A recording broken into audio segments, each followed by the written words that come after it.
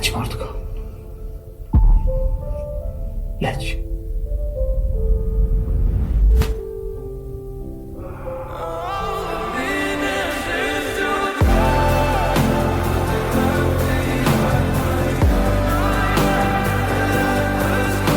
Uratowałeś mu życie.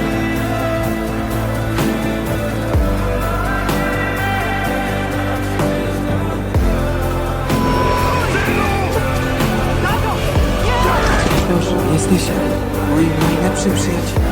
Dobrze! Jestem tu!